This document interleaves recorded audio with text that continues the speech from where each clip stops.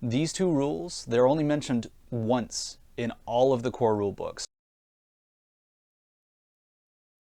There's an awesome mechanic in D&D that's not emphasized, and probably a good deal of you are using this already, but there's a lot of you that aren't, and I know that because I've been seeing questions on this pop up through the various interwebs. So I wanted to share it with you guys, just in case you hadn't seen it before, and hopefully you'll find value here. So what we're talking about, it's in the Dungeon Master's Guide, and it's things that other TTRPGs are using with more emphasis, really. So we're talking about success at a cost and degrees of failure. So what does that mean? It means you are making a roll on something. Say you're attacking a creature, because it's we're talking about such a combat heavy game typically.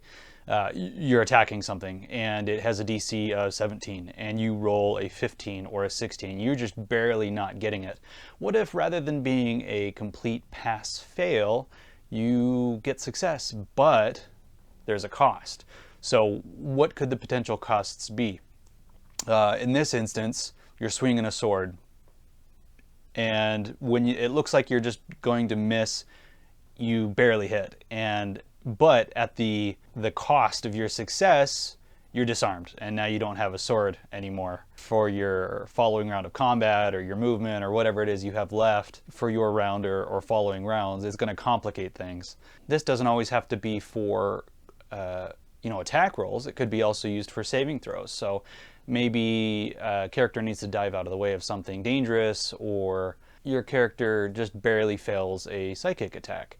What if instead of a total failure and taking damage and being stunned, they just instead take damage and they're prone and they can then get up on their next turn? What if you're trying to intimidate an NPC and you just barely fail? What if instead of a total failure, you succeed, but the character now screams, alerting everybody of what's going on, whether it's in a dungeon or a palace or in the streets, drawing attention to the character doing the intimidation check. You can do this with all kinds of checks. Athletic checks, lockpicking is one that comes to mind. Barely failing the pick check, the chest or the door is successfully opened, but the pick set breaks, and now the rogue or whoever is using the kit can't pick any more locks for the rest of the dungeon or the building or whatever your current encounter is. This can add a lot of color to the variance of your experience.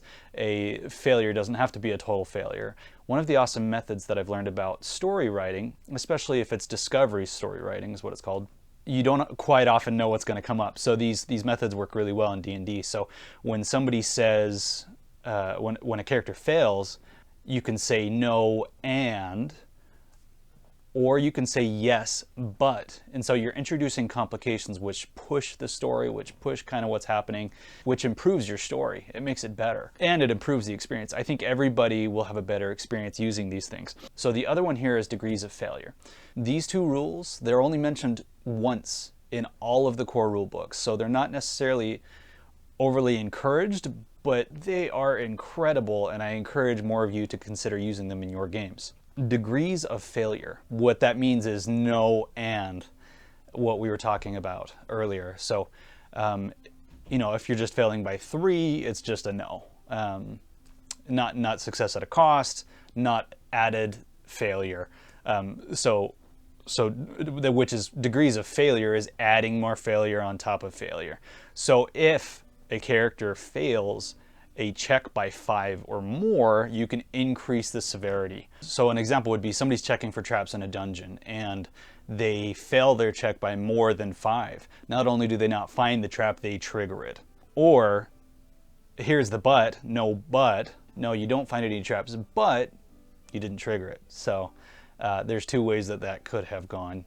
And you could add in degrees depending on the type of scenario. So say, for example, your characters are confronting a royal person, be it a king or a queen, and the bard tries to persuade or seduce, whatever your bard's methods are, and they fail by more than 5 trying to seduce the queen, throw the bard into jail. But a lesser would be, you know, a lesser failure, something less than 5 would be she just ignores the attempt. Maybe she acts a little bit more hostile towards the group as they try to get what they want out of her. And that's the example they give in the books. Check those 2 things out. They're on page 242. Consider adding them to your game. I could see this adding so much color to your campaign. If you've been playing a pass-fail only system, this will make your game better.